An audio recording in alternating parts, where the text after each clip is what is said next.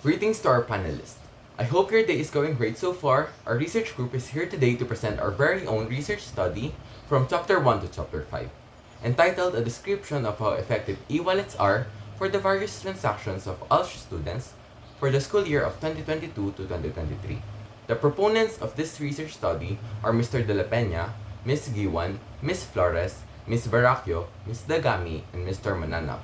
For the overview of our research, it includes the Chapter 1, Introduction, Chapter 3, Methodology, Chapter 4, Presentation, Analysis, and Interpretation of Data, and Chapter 5, Summary of Findings, Conclusions, and Recommendations. Now, going into the Chapter 1, the Introduction.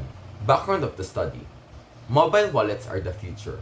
According to Statista Research Department 2021, in the Philippines alone, an astounding number of 24.6 million e-wallet users has been reported in the year 2020, and this number has been predicted to increase up to 75.5 billion users by the year 2025.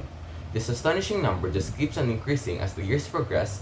Thus, diving into this research topic fascinated the researchers so that we can determine if using e-wallets are effective to all students or not. As you can see in the presentation, these are the benefits that one can get from using electronic wallets.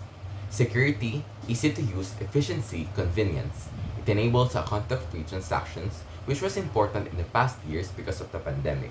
And most importantly, creating an e-wallet account costs no money. According to Reyes 2022, Bangko Sentral ng Pilipinas reported that as of the end of 2020, 1 in 5 financial transactions has been made through e-wallets, which is a lot of number.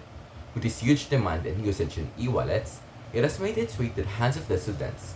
And as a result, the researchers decided to investigate how effective e-wallets are for the students of Angelo Livardo Loyola Senior High School when used for their various transactions. Theoretical and operational framework. The technology acceptance theory by Davis 1989 as cited by Paris 2022 will be used to assess the ULSH students' intention of use as well as e-wallets' effectivity for them. Moreover, to know if ULSH students are willing to adapt and use e-wallets for their various transactions. Conceptual framework. The researchers used the independent and dependent variable method. Our study is focused on discovering if the use of e-wallets is effective when it comes to the transactions of all students. In addition to this, the use of e-wallets has recently increased, which has changed or added to the methods of payment. In other words, the use of Ivey and Davis shows the connection between each other on how e-wallets affect the efficiency of payment methods because of the new service they bring to people aside from the physical payment of money. Delving into the statement of the problem. This research study seeks to answer the following questions. Number 1. What is the extent of e-wallets' effectiveness as a mode of payment for ULSH students? Number 2. What benefits and assistance does e-wallets provide for the students of ULSH in terms of paying for A. School fees, B. Food and transportation, and C. Online purchases? Number 3. What means of paying do all students prefer when it comes to their various transactions? Scope and delimitation. The study focused on determining the effectiveness of e-wallets for the various transactions of Angelo Livardo Loyola Senior High School students in Carmona, Cavite. It aimed to assess the effectiveness of e-wallets in having fast, easy, and secure transactions suitable for various transactions. This study was participated by selected grade 11 and 12 students with e-wallets. The other students who are not part of the selected grade 11 and 12 students are not within the scope of this research. Now, for the significance of the study. Since this study is about the usage of e-wallets, therefore this study will help certain individuals and organizations such as students, business owners, the community, and future researchers. So moving into the chapter 3, the research methodology. The researchers have decided to use the descriptive research design, which describes a population, situation, or phenomenon, as well as identifies characteristics, frequencies, trends, and categories according to McCombs 2019. In this study, describing how effective e-wallets are for the ULSH students will be the main goal as determining whether e-wallets are effective are crucial for this study. Sources of data. The study had two sources of data, primary and secondary sources. The primary sources of data were the selected ULSH students for the school year 2020-2023 located in Carmona, Cavite. The secondary sources of data were theses, journals, studies, articles in the internet deemed necessary to gather the needed information for the study. Population of the study. The study will be composed of 100 respondents as this is the minimum sample size for a quantitative research according to Bolden 2013. The grade 11 and grade 12 students will be chosen using purposive non-random sampling and stratified random sampling. The students will be divided into two strata, the academic track and the TVL track, and they must be currently using e-wallets for their various transactions. 62 academic track students and 38 TVL track students are the needed respondents for the study.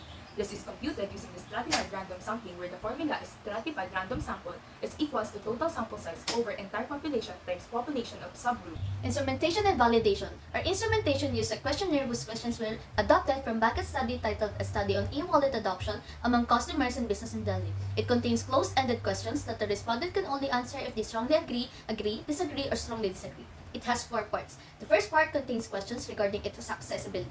The second part contains questions regarding its convenience. The third part contains questions regarding its safety, and the last part contains questions regarding its confidentiality. Evaluation and scoring. For evaluation and scoring, we use questionnaires that were distributed to the respondents. A score between 1 and 4 is provided, where 4 is highly effective and 1 is highly ineffective. To get the numerical ranges, we use the formula R is equals to H minus L divided by H, where H is the highest range and L is the lowest range. Categorical responses contain the respondents' possible answers, and verbal interpretation determines whether they are effective or ineffective. Now for the data gathering procedure. The group followed 4 different procedures to get the data needed for the study. First, the researchers personally asked the permission of the school officials to conduct the study. After gaining approval, the questionnaires were distributed. Then, it is followed by the collection of data, and then the gathered data were analyzed and interpreted. To tackle the statistical treatment, the group used 2 statistical tools for the gathered data, the Likert scale and the weighted mean. Chapter 4. Presentation, Analysis, and Interpretation of Data. This chapter dealt with the gathered data that was analyzed and interpreted for the better understanding of the study. The framework of the analysis and interpretation were guided by the problem states in Chapter 1. There are 3 tables under it. First, table number 1 for e-wallet's effectiveness for the various transactions of all students in terms of safety. The overall results imply that e-wallets are effective in terms of safety, as evidenced by its average weighted mean of 2.61. Moving on, table number 2 for e-wallets effectiveness for the various transactions of all students in terms of confidentiality. The results imply that e-wallets are effective in terms of confidentiality with an average weighted mean of 3.21.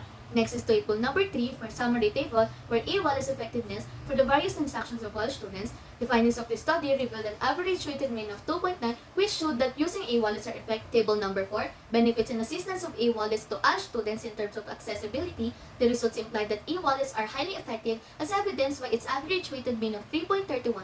And lastly is for table number 5, all students preferred means of paying in terms of convenience. The results imply that e-wallets are highly effective with an average weighted mean of 3.34. Therefore, it can be concluded that the use of electronic wallets for all students met all the standards to say that it is accessible, convenient, safe, and the confidentiality of the users are kept safe within e-wallet. For the last chapter, the chapter 5, entitled Summary of Findings, Conclusions, and Recommendations. Summary of findings. These were arranged according to the statement of the problem. For the first one, the e-wallet's effectiveness as a mode of payment for all students showed an average weighted mean of 2.91, revealing that the use of e-wallets as a mode of payment for all students is effective.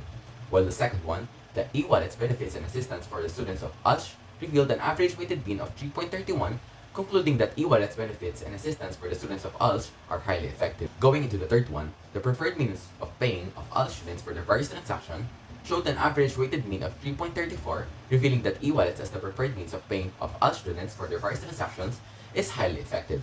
Lastly, there is no need to develop an action plan to maintain the effectiveness of using e-wallets for the various transactions of all students. Conclusion. In the light of the findings of the study, the following conclusions were derived. First, the respondents found that the use of e-wallets is effective. Second, the respondent discovered that the benefits and assistance of e-wallets are highly effective. Third, the respondents found that the e-wallets as their preferred means of paying is highly effective. Lastly, there is no need to comprehensively execute the action plan made to maintain the effectiveness of using e-wallets for the various transactions of all students. Recommendation. In the light of the findings and conclusions, these were offered as recommendation for possible actions. First, allowing students to be verified using their student ID and cashing some money the same way as those who are fully verified. This way, electronic wallets will be more attractive to students and will provide more ease of use for them since they are mostly the ones who use them for purchasing. Second, free Wi-Fi can make it easier for company owners to accept cash for every purchase. The management will be able to support and accept individuals who use electronic wallets rather than cash to suit customer demands and wishes, improving customer service. Third, electronic wallet apps can apply a one-time password or OTP and send a notification to the owner's email before they fully open their e-wallets for verification. This way, the customers will be at ease and feel secure when opening e-wallets both in terms of transactions and privacy. Fourth, e-wallets providers focusing on improving their customer service to resolve problems that e-wallets users may experience in terms of login failures and blocked accounts. Lastly, future researchers may replicate the present study considering other important variables not mentioned in the study. And that is it for our group's presentation. I hope everyone found this research study educational and insightful. Have a great day.